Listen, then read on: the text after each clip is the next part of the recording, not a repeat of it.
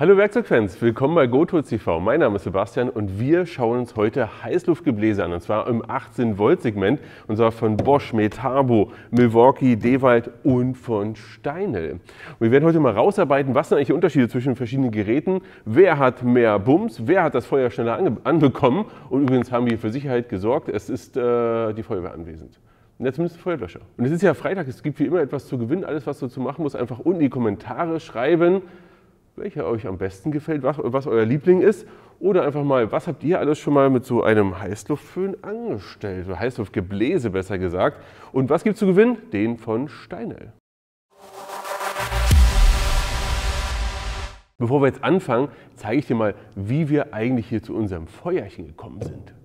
Hauptsache, es kommen jetzt nicht die Shoshonen oder so. Guck dir das an?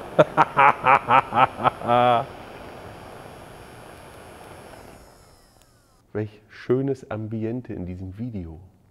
Geil. Also ich muss sagen, dieses Ambiente mit dem Feuer hier ist schon irgendwie schön. Und bitte denkt dran, wir haben an alles gedacht. Alle Sicherheitsmechanismen sind eingehalten. Hinter uns stehen 2 Löschzüge und insofern alles kein Problem. Aber das Ambiente an sich mit dem Feuer, ein bisschen angenehm, ein bisschen hier zu zweit, es knistert so ein bisschen, bis auf die 25 Feuerwehr. Ey Klaus, wird schon. Nee, das muss reichen. Aber egal. Ist wirklich eine schöne Sache.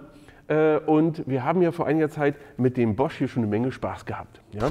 Und wir haben hier eine Sache gemacht, und zwar haben wir versucht, unser Essen zuzubereiten. Und zwar Bacon, Eier und ich glaube sogar Würstchen. Falls du das Video nicht gesehen hast, das verlinke ich dir mal hier oben.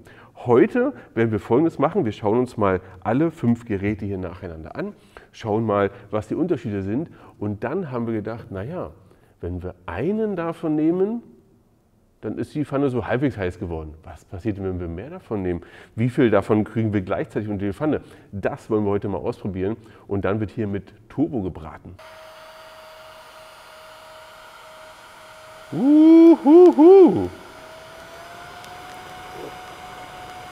Ja, das läuft doch hier.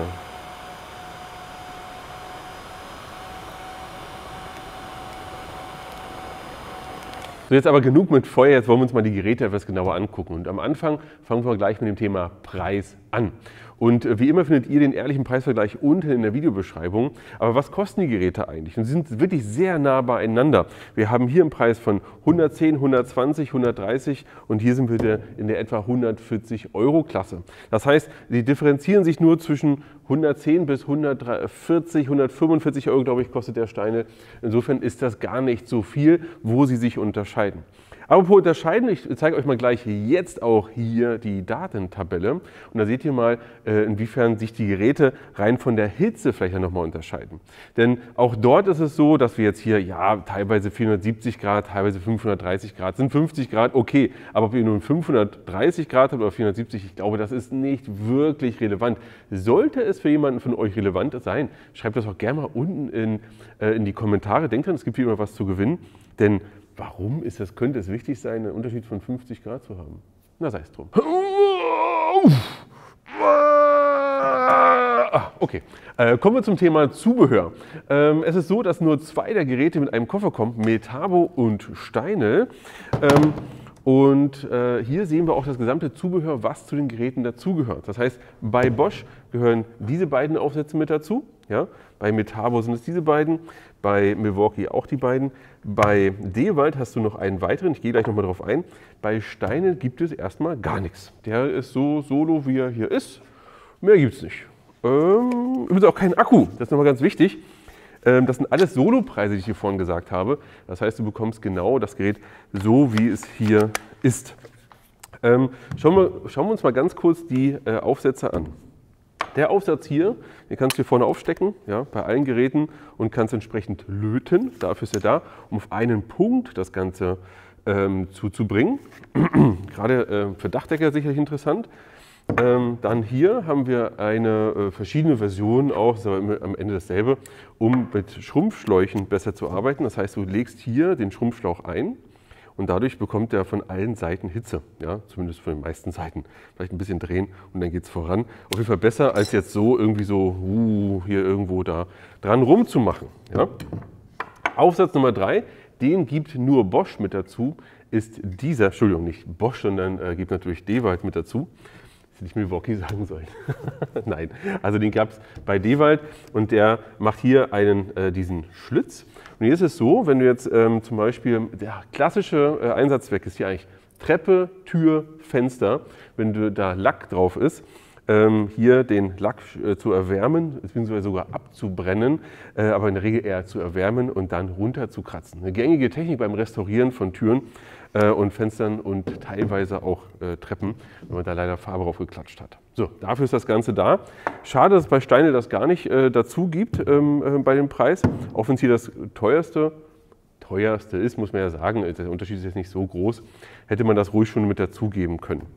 Und gerade hier, wenn man sagt, das ist jetzt auch wahrscheinlich ein 2-Euro-Teil. Jetzt wissen wir preistechnische Daten, das Zubehör und so weiter, aber welche Geräte haben wir denn hier eigentlich? Lass uns das mal anschauen. Wir haben hier von Steinle den MH5, von Dewald den DCE 530, von Milwaukee den M18 BHG, von Metabo den HG18 LTX 500 und von Bosch den GHG 18V 50. So, nachdem wir jetzt endlich wissen, welche Geräte wir haben, schauen wir sie uns mal genau an und schauen uns mal vor allem die Unterschiede der Geräte an. Wir haben jetzt erstmal hier Bosch. Das Ganze, nehmen wir mal das Ganze ab. So sieht das aus. Übrigens extrem leicht. Ja? All die Geräte hier sind wirklich extrem leicht. Und falls ihr euch fragt, wir haben hier bei allen Geräten einen 8 Ampere Akku drauf. Nur hier bei Dewald haben wir 9 Ampere. Falls ihr euch wundert übrigens, was ist denn das für ein Akku? Wer es nicht kennt, das ist ein Flex-Volt-Akku. Der hat 54 Volt. Ja, der hat 54 Volt und 18 Volt. Das Ganze wird hier umgeschaltet und man kann es in beiden betreiben. In dem Fall haben wir hier also einen 18 Volt Akku mit 9 Ampere Kapazität. So, aber kommen wir zu Bosch. Bei dem Gerät ist es so, dass wir hier die Aufsätze uns ja schon angeschaut haben. Wir haben hier eigentlich nichts weiter an dem Gerät, wo wir uns groß aufhalten können. Wir haben hier ein Positionslicht, um so ein bisschen das Arbeitsfeld zu beleuchten. Das macht er aber auch selber, wenn er heiß genug ist. Dann leuchtet es nämlich hier vorne. Dann haben wir hier auf der Rückseite einen Schalter zwischen 300 Grad und 500 Grad. Und dann können wir auf den Knopf drücken. Das war es eigentlich auch schon. Wir können hier die Kappe auch noch abnehmen, wenn wir hier etwas näher arbeiten wollen und Ende. Ja, das ist das Gerät. Viel mehr gibt es dazu nicht zu sagen, außer vielleicht als Hinweis, ihr braucht keinen Procore-Akku. Hier, ihr könnt auch einen ganz normalen, handelsüblichen Akku nehmen, 18 Volt Bosch Professional Akku und könnt damit arbeiten. Je größer er ist, umso länger hält er natürlich durch. Wir werden am Ende des Videos, ganz am Ende, auch nochmal einen Laufzeittest machen. Aber erstmal wollen wir das mit der Pfanne doch ausprobieren, oder? Deswegen, lasst uns mal schnell durchkommen. Kommen wir zum nächsten, beziehungsweise, nee, das machen wir nicht. Den Metabo machen wir hier hinten. Kommen wir zu Milwaukee. Hier bei Milwaukee ist es noch weniger. Das Gerät hat quasi fast gar nichts, was man jetzt euch noch zeigen könnte. Wir haben hier nur eine Betriebsart. Das heißt, warte mal. Und aus. Oder auch ein und aus. Nein, mehr gibt es nicht. Also es gibt keine 2 Betriebsmodi, keine 300 Grad, 500 Grad und so weiter. Volle Power, Ende. Das ist halt Milwaukee, so wie wir sie kennen. Was aber Milwaukee hat, ist eine Sache, die wirklich toll ist. Ist eine Kleinigkeit, aber ich finde das eigentlich ganz gut. Man kann ihn hinhängen. Ja? Aber theoretisch könnte man jetzt sagen, kann ich ihn hinhängen und kann etwas warm halten oder etwas anpusten, anföhnen, was auch immer. Geht aber nicht, weil alle Geräte hier haben eine Sicherheitsfunktion. Das heißt, wenn ich jetzt hier an dem Knopf das Ganze löse und hier starte, dann geht es immer wieder aus. Das heißt, um ihn dauerhaft laufen zu lassen, muss ich mich schon mit einem Kabelbinder oder irgendwas anderem oder mit dem Lehrling helfen, der die ganze Zeit diesen Knopf drückt. Ja? Insofern weiß ich nicht, wozu das hier wirklich so richtig sinnvoll ist, um es mal irgendwo abzulegen, okay, aber das war es auch. Also vielleicht, um es in der Dachrinne so einzuhängen oder so. Das kann man vielleicht wirklich machen. Ja? So, kommen wir zu Dewald. Bei Dewald ist es genau dasselbe wie bei Milwaukee, außer wir haben hier oben einen Schalter. Und zwar, um die zwischen 2 Betriebsmodi hinzuschalten. Ja? Zwischen H und L, also zwischen der niedrigen Temperatur und der hohen Temperatur. Ansonsten, oh, wartet mal. Ha! Er kann das. Denn wir haben hier einen Sicherheitsschalter und den müssen wir hochdrücken, rein. Oh. Oh.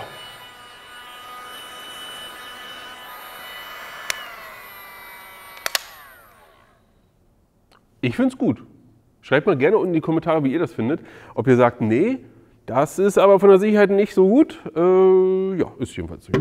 So, kommen wir jetzt zu Metabo und Steinl. Was erstmal wichtig ist bei den beiden Geräten, sie sehen sich sehr ähnlich. Was aber noch viel wichtiger ist Folgendes. Ihr seht bei beidem, da ist ein Metabo-Akku drunter, nämlich das hier ist ein Akku aus der aus dem Cordless Alliance System, genau, und die sind kompatibel. Das heißt, ihr könnt CAS-Akkus, ich sage immer CAS-Akkus dazu, ihr könnt einen beliebigen CAS-Akku nehmen, könnt ihn hier in den Steinl reintun und könnt dann dort loslegen. Das heißt, es gibt keinen speziellen Steinl-Akku, den man hier nehmen kann, beziehungsweise gibt es schon, dann ist es exakt derselbe Akku, steht nur Steinl drauf. Ja, hatten wir auch schon mal in einem Video. Falls du noch nicht gesehen hast, da wird das ganze System von Metabo auch nochmal im Detail erklärt. Das verlinke ich dir mal hier oben. Du sollst dir auf jeden Fall anschauen, was ist echt erstaunlich, was Metabo da geschaffen hat. Also Respekt. So, was wir jetzt sehen, ist aber Folgendes. Jetzt könnte man sagen, der eine hat vom anderen oder der andere vom einen abgeguckt. Jedenfalls sind die Geräte erst einmal vom Gehäuse her sich relativ ähnlich. Denn, schaut mal hier hinten, hier haben wir jeweils hier unser Fenster, unser Sichtfenster, nur dass hier verschiedene Dinge drin sind. Dann haben wir hier jeweils hier oben etwas zum Hinhängen und ansonsten ist die gesamte Optik erstmal ansonsten gleich. Fangen wir mal mit Metabo an. Metabo auch hier ein aus, aber wir haben hier hinten nur die Möglichkeit, das Ganze zwischen einmal, Moment, 300, ich muss das mal zeigen, so, genau, einmal zwischen 300 und einmal zwischen 500 Grad zu wechseln. Also ihr habt einfach einen Knopf, den ihr von rechts nach links hier wechseln könnt. Das ist das eine, was ihr hier machen könnt. Ja, okay, wird für das meiste reichen. Steinl hat sich gesagt, na, nee. Steinl ist ja nicht Metabo. Steinl ist ja ein absoluter Profi, was auf dem Gebiet der Heißluftgebläse. Die haben ja auch wirklich so ganz verrückte Sachen. Das hier ist ja nur so, ich sag mal, der Einstieg in die noch viel höherwertigen Klassen. Bei Steinl gibt es zum Beispiel, das muss ich euch unbedingt sagen, weil ich habe mir das angeguckt und dachte so, hui, das ist interessant, weil bei Steinl gibt es einen Aufsatz, nicht für den, sondern für ein anderes Gerät, da wird die Temperatur gemessen. Das heißt, und aufgrund der Messung wird das Gerät justiert. Ja, das ist nicht dieses Gerät, aber Steinl bietet sowas an. Falls du dich dafür interessierst, guck ruhig mal bei Steinl vorbei, weil hier vorne kommt eine Temperatur raus. Du weißt aber auf der Oberfläche, die du erhitzen möchtest, nicht genau, welche Oberfläche kommt jetzt an und welche Temperatur hat die Oberfläche eigentlich. Das geht bei Steinl schon mit anderen Geräten, anderen Aufsätzen. Verrückt, nicht wahr? Hier ist es so, wir haben hier ein Gerät ja für rund 140, 145 €, ähnlich wie bei Bosch. Aber wir können hier nämlich was richtig Tolles machen. Und zwar können wir hier die Temperatur anders einstellen, nämlich in 50 Grad Schritten. Das heißt, ich habe hier hinten ein Display und kann hier hinten an dem Display einfach sagen, in 50 Grad Schritten, wärmer oder kälter. Das ist wirklich verrückt. Ich habe hier auch vorgegebene Temperaturen, die ich einschalten kann. Und kann hier zwischen hin und her schalten und kann jetzt wirklich mir konfigurieren. Als zweites, was ich noch machen kann, ich habe hier einen Lüfter drin. Ich habe ja im Grunde ist das Ganze ja ganz simpel konstruiert. Ich habe hier ein Heizelement und ein Lüfterelement, so ähnlich wie beim Föhn. Ja? Und hier vorne wird es heiß und der Lüfter bläst dann die heiße Luft hier durch. Was ich hier aber machen kann, ich kann auch die Lüftergeschwindigkeit hoch oder runter stellen. Das heißt, ich kann zum Beispiel den jetzt hier mit 500 Grad heizen lassen, aber mit einer relativ niedrigen Lüftergeschwindigkeit. Was durchaus auch bei uns Sinn gemacht hat, als wir das Feuer angemacht haben. Weil ich habe gesagt, erstmal mach es schön heiß, mach es nicht so doll, weil sonst wird alles weggeblasen. Dafür haben wir es vorhin benutzt. Aber du kannst den hier recht intuitiv für dich einstellen. Und jetzt nochmal die Sache, wir sind hier ja bei allen Geräten etwa im gleichen Preissegment unterwegs. Ja? Und dann muss ich sagen, ist das schon eine tolle Sache, wenn du für grob denselben Preis wie bei allen anderen hier so viele Möglichkeiten hast, ihn einzustellen. Nachdem wir uns jetzt die Geräte angeschaut haben und vorm Fazit verlässt das Video jegliche Seriosität. Wir werden jetzt Folgendes machen. Beim letzten Mal haben wir ja hiermit unsere Pfanne genommen und haben darauf Ei gebraten, Speck und so weiter und so fort. Aber es hat relativ lang gedauert und es war vor allem an einer Stelle heiß. Aber jetzt haben wir ja 5. Also machen wir jetzt Folgendes, wir machen jetzt alle an, packen wir alle gleichzeitig drunter und schauen mal, wie gut das Ganze funktioniert. Ich bin sehr gespannt. Also Feuer frei. Und da es ja nur ein Gerät gibt, hier, wo sich das Ganze hält, müssen wir uns leider mit Kabelbindern hier helfen. Aber Herrgott, so ist das dann halt.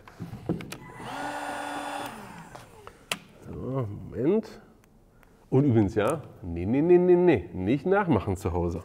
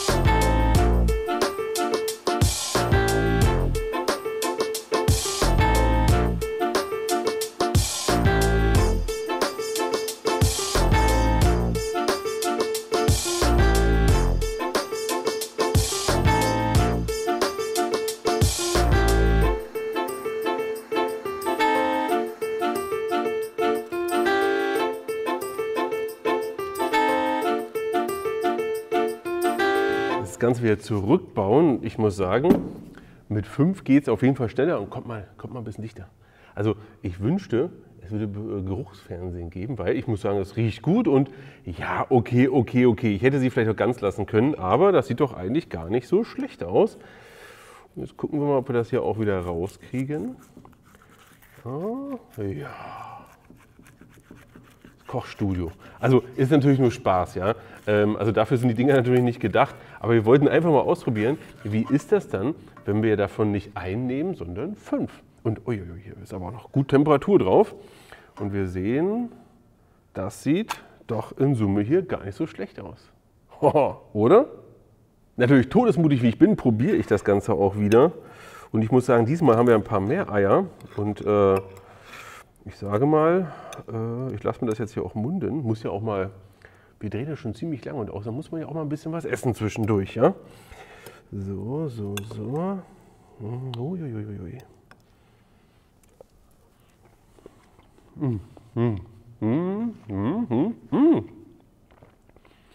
Dadurch, dass es langsam gegart ist, ist es noch schön, eine schöne Konsistenz innen drin. Ich muss sagen, finde ich super. Na komm, eins sei mir noch gegönnt, oder? Ein Stück sei mir noch gegönnt, bevor hier die Geier kommen und mir gleich alles wegessen, wenn ich nämlich abmoderiert habe.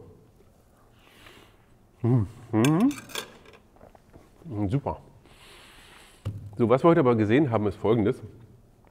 Erstens, man kann damit einen Grill anzünden. Zweitens, man kann damit sich Eier braten. Aber eigentlich kann man damit ganz andere Sachen machen. Ja? Das ist für Schrumpfschläuche gedacht, zum Beispiel zum Löten gedacht oder für viele andere Anwendungen. Und wenn du jetzt schaust auf alle Geräte hier zusammen, ist es so, dass man ganz klar sagen muss, durch die Einstellungsmöglichkeiten ist der Steinl auf jeden Fall der Gewinner. Wenn du einfach nur es heiß haben willst, dann bist du bei allen gut bedient. Aber der Steinl durch diese kleinen, feinen Justierungsmöglichkeiten, da kannst du einfach noch viel mehr machen. Wenn du dich sowieso in diesem Akkusystem hier zu Hause fühlst, dann ist die Wahl, denke ich mal, relativ klar. Wenn du sowieso in einem der anderen Akkusysteme bist, dann bist du bei den anderen natürlich auch nicht schlecht beraten. Ich hoffe, es hat dir Spaß gemacht. Ich hoffe, wir hatten wieder eine Menge, wir hatten vielleicht auch gleich hitzige Diskussionen unten in den Kommentaren. Denk dran, den Steinl kannst du heute gewinnen. Und jetzt würde ich sagen, ran an die Pfanne und bis zum nächsten Mal.